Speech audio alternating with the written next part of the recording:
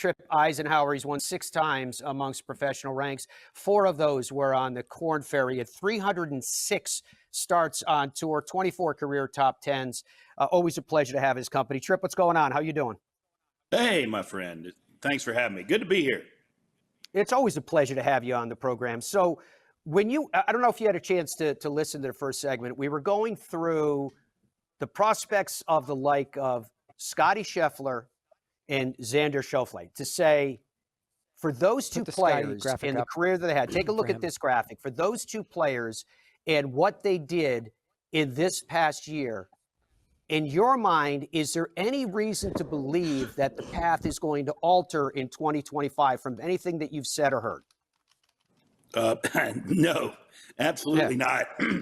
I've said all along that two sides of this. I said Scottie Scheffler is going to have a Tiger-like run, but he's not. He's got such a great support system off the golf course. He has golf really in perspective.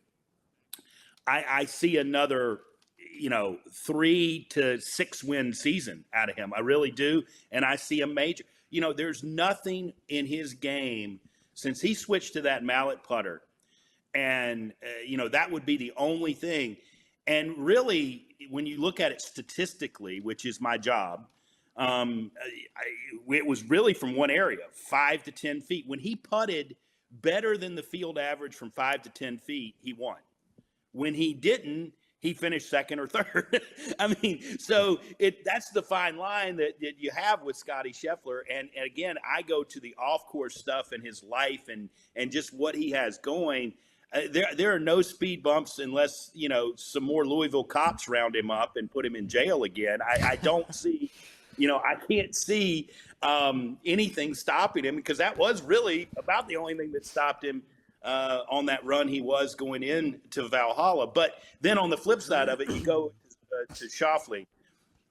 His body of work in majors was like, right away, you were like, this guy's got the chops to win majors.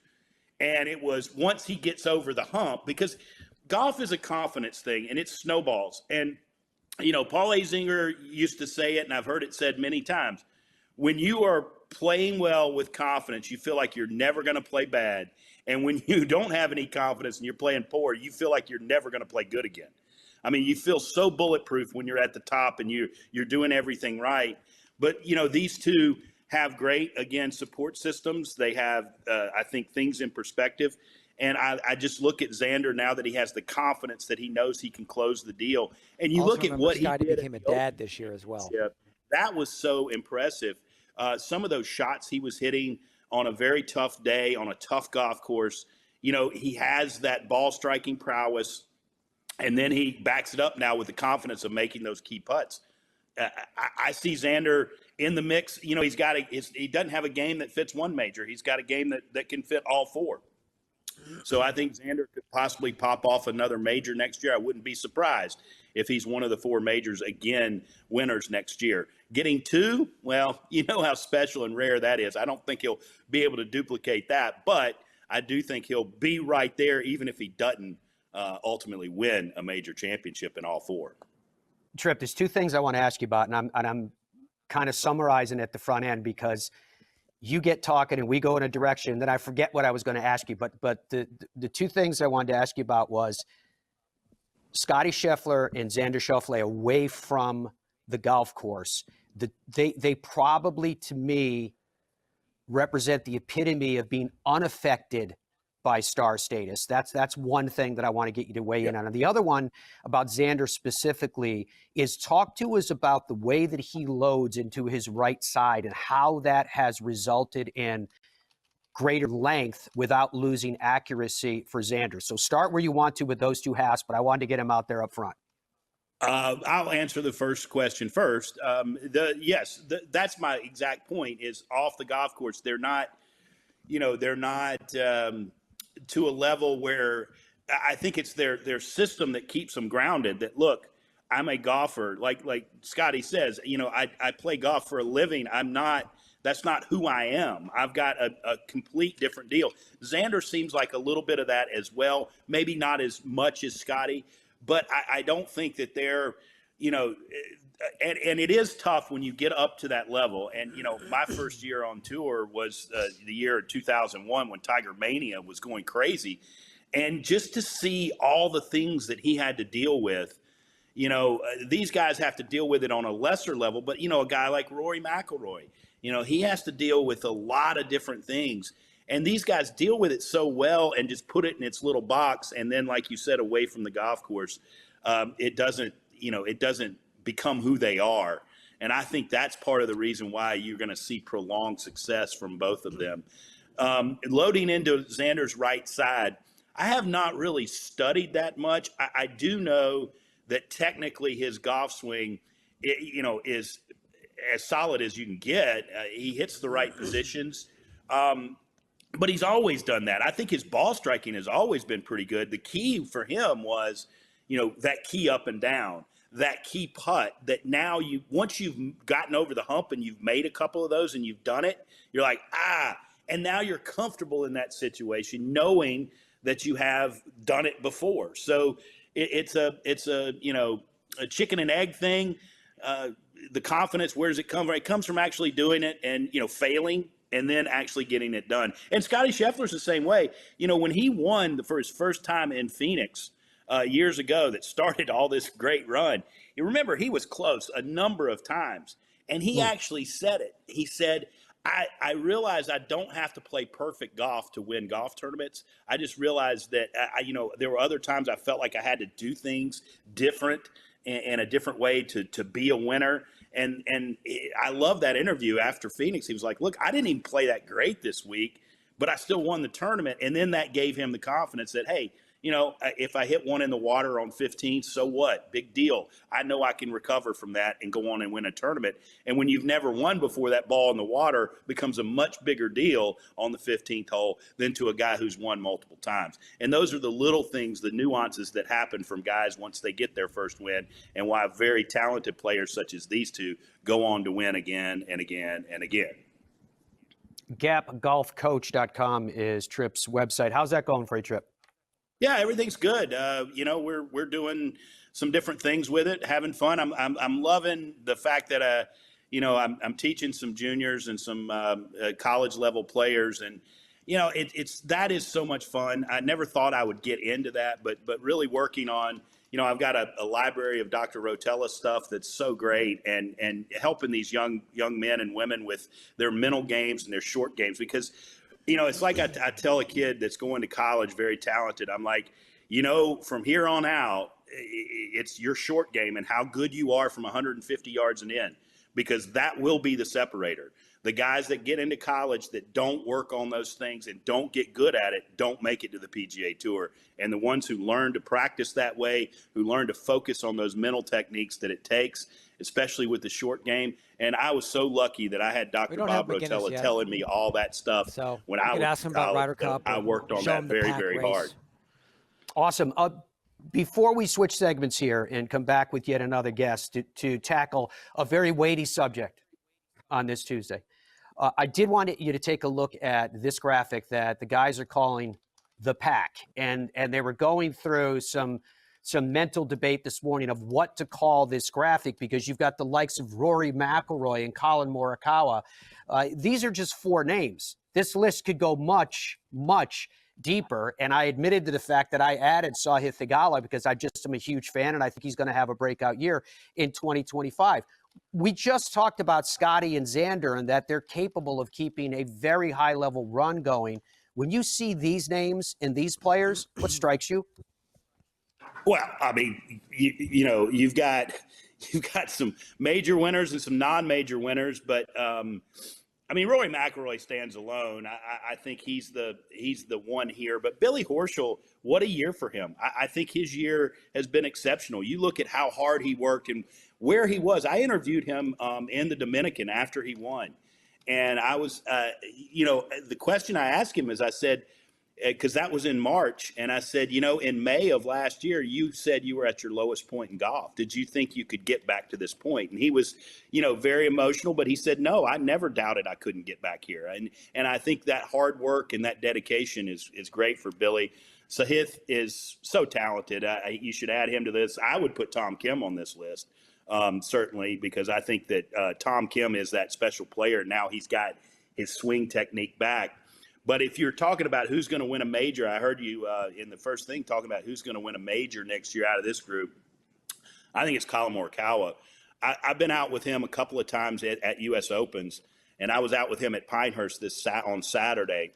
And John just hooked up. I can tell you this right here, that he is absolutely just so good with his irons. He shot the easiest 66 on an incredibly difficult Pinehurst number 2 that I didn't see anybody breaking 70, and he made it look easy. And I was also out with him at Torrey Pines that John Rahm won in the final round, and he had hit all 12 greens through there and should have been, 2 or 3 more under par than he was, but he was within 1 or 2 of the lead, and he messed up a layup on the 13th and ended up making a double bogey, or else I think he would have had a really good chance to win that U.S. Open. He's just too good. He's putting very consistently now. He's actually gaining strokes with his putter. So I think of this group, who's going to win a major next year, I would put it with Collin Morikawa, and I would certainly bet on a U.S. Open for him. I know he's got a PGA and an Open championship, but his game at a U.S. Open and a place like Oakmont, ooh, man, if he putts anywhere decent, better than the average, I think Collin Morikawa could hold a U.S. Open trophy. Yeah, I think that's the key. It goes back to the same thing you were talking about with Scotty, that even average putting, you see it propel them to the top of the leaderboard. He's 136 in 2024 in distance off the tee, but he stands in very good stead in terms of total driving, which is that combination, folks, of both accuracy and distance, which is why he plays so well. And particularly, I think it would set him up very well. He's already won an Open. I think he's always going to be, if his ball striking and putting is on song, going to be a threat there as well because of how well he can strike the ball. Always a pleasure to be hanging with John McGinnis. Johnny, how you doing? How you holding up? Oh, man, I'm fantastic. Thank you for having me. I feel like joining you and Tripp, it's like the name of the show, The President the Leprechaun? Is that what you guys are calling it these days?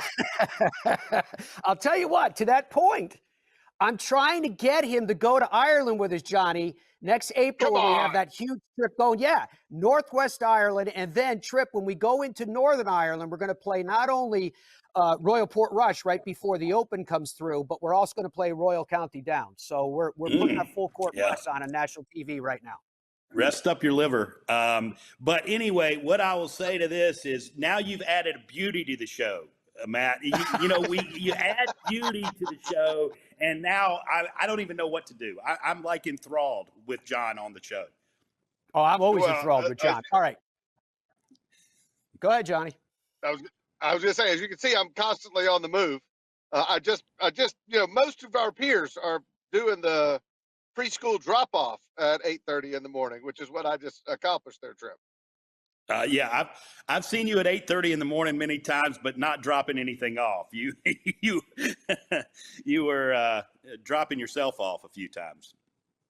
All right, so you guys I've assembled as an esteemed panel, and I need you to hear this so we can come up with a consensus. We're talking about a multiple-time major champion. You guys broadcast to millions and millions of people on a daily and weekly basis at least. All right, so Andrew, go ahead and let's play these 3 different cuts, and then we're going to get a reaction from these 2 guys. Go right ahead. My name is Xander Schauffele. Hey, Xander Schauffele here. Hey everybody, Xander Schauffele here. All right, I'm hearing Xander Schauffele.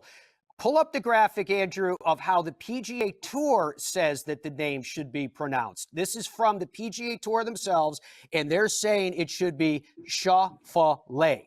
Schauffele. And it sounds to me like Shuffle, but let's go back to our panel. First of all, we'll start with Tripp. Tripp, what are you hearing? I've always said Schauffele, but I guess I'm saying it wrong. Schauffele. Schauffele is what sounded like he said. No, that's not what he said. All right, Johnny, what do you got? The beauty of my job is I don't have to say it. I say Xander has 194 yards. This is a 7-iron, and everybody knows who I'm talking about. That's how he does it. All right, Andrew, give me the most recent one of Xander saying his own name. Loop it for me. Can you do that? Just play it like 10 times so we can hear how he says it. Hey everybody, Xander Schauffele here. Hey everybody, Xander Schauffele here. Hey everybody, Xander Schauffele here. Hey everybody, Xander Schauffele here. Hey everybody, Xander Schauffele here. Shuffle. Hey everybody, Xander Schauffele here. Hey everybody. Shuffle. I'm recognizing something there that Tripp is acutely trained to recognize as well. Is there a chance that he'd been day drinking? You know, that's a fair think point, he's John. saying that. Jo- Yeah, I don't That's think he had all of that's his astute analysis right there from John. He thinks he was missing one syllable in there, but we have 3 different cuts of him saying his name. The first one sounded a little bit different. It was from a number of years ago, but the latter 2 sound the exact same to me, and it sounds like he's saying Shuffle. Shuffle. That's what Yeah, it sounds sounds like to like me. Not as good a name. He should not go with that. No, should not go with that. Shuffle sounds better. You should never have a name that rhymes with awful. So next time you guys are out, ask him, because I think we as an entire industry are saying the name incorrectly for a multiple-time major champion. I think, go ahead, Andrew, play it again so we get one more. My name is Xander Schauffele. That was Hey, Shuffle. Xander Schauffele here. Hey everybody, Xander Schauffele here. Well, he sounded very demonic there. Xander Shuffle. Dom's in my ear screaming that he's saying his own name wrong. That I don't. Well, look, Ludwig changed the way that he says his name at least 6 times over the last year and a half. And, Yeah, but by we're the way, still not has there getting it right. Has there ever been a player more in need of a nickname than Ludwig Oberg? Oh, yeah. Well, he may have one. Did you ever ask him? What did his buddies call him in college? Stud. Yeah. Sure bet. Yeah. We'll see how he's. Yeah, that's a good one to bring up. Tripp, I was asking you last segment. We'll get Johnny involved in this conversation about. It's hard to call any of these players the best in the world, a breakout player. But Ludwig, he slowed down, but then he had the knee surgery, and we assume that he's on the mend. Johnny, let me just bring him up to speed in what we've been doing, because he was doing the school drop-off while we were talking about it. We put up this graphic that will be on your screen, and folks that are listening to us on the radio side, I'll explain to you what's up there. It's a graphic of performance from Scotty Scheffler and from Xander Schauffele for the year that was. For Scotty, 8 wins. Of course, he won the Masters. He won the gold medal, 16 top 10s. Xander, 2 wins. They were both majors, the Open and the PGA, with 15 top 10s. But then we put up this second graphic, Johnny, and we debated what to call this graphic, and no names seemed to fit. We called it the pack. And these are just 4 players, top players, that we could look at it and say, are they going to dominate in 2025? Colin Morikawa, Rory McIlroy, Billy Horschel with the form that he showed us, particularly through the latter half of the year, though we won in the spring. Sahith Theegala as well. So, Johnny, it's just, if you would, just weigh in on that for a second, and let me ask you the same question. Is there any reason to believe that Scotty and Xander are not going to just duplicate the year that they had in 2024 again in 2025? I think the reasons to believe it is that it's so hard to do. The old saying, why is it so hard to back up a great round with another great round? Well, because it's so hard to have the great round in the first place. Well, Scotty had a bunch of them. I feel like Rory has one more great run in him. I feel like there's so many great players out there that staying on top. Go to John. Let me see John full screen. Nah. I think that if you look at this group, there's only one guy that sustained it for a long period of time. None of those guys were in the top 10 in the world 10 years ago, except for Rory. He's got one more run in him. I know he should have won at LA. He should have won at the old course. He should have done this. He should have done that. He's not done yet. He's got one more great run in him, and I think that it's coming this coming year. That's interesting, because if we compare that chart, other than Billy Horschel, the rest of those guys compared to Rory were probably in early years of high school and maybe one of them in late middle school at that. So it speaks to the longevity of Rory McIlroy at 35 years old. That in some ways feels old because we see Rory as eternally young, but in other ways he's right in the prime of his career. So Tripp, we're going to bid you adieu on this day. Thank you very much for hanging with us because we're going to jump in here with Johnny, but I wanted to get you guys side by side and get your take on Xander's name, and it sounds like we haven't come up with a definitive consensus, at least on our part. And by the way, just so you know, this guy and I, we've known each other since we were 13, 14 years old, played junior golf together. We've run together for a long time, so it's always good to be with my good friend John. And man, oh man, Ireland sure looks good, my friend. So is that a commitment? It's a great idea. I told you I'm going to work on it. I told you I'm going to work on it. Tripp, I think the statute of limitations laws were made for guys just like us. No kidding. And thank goodness a lot of them have run.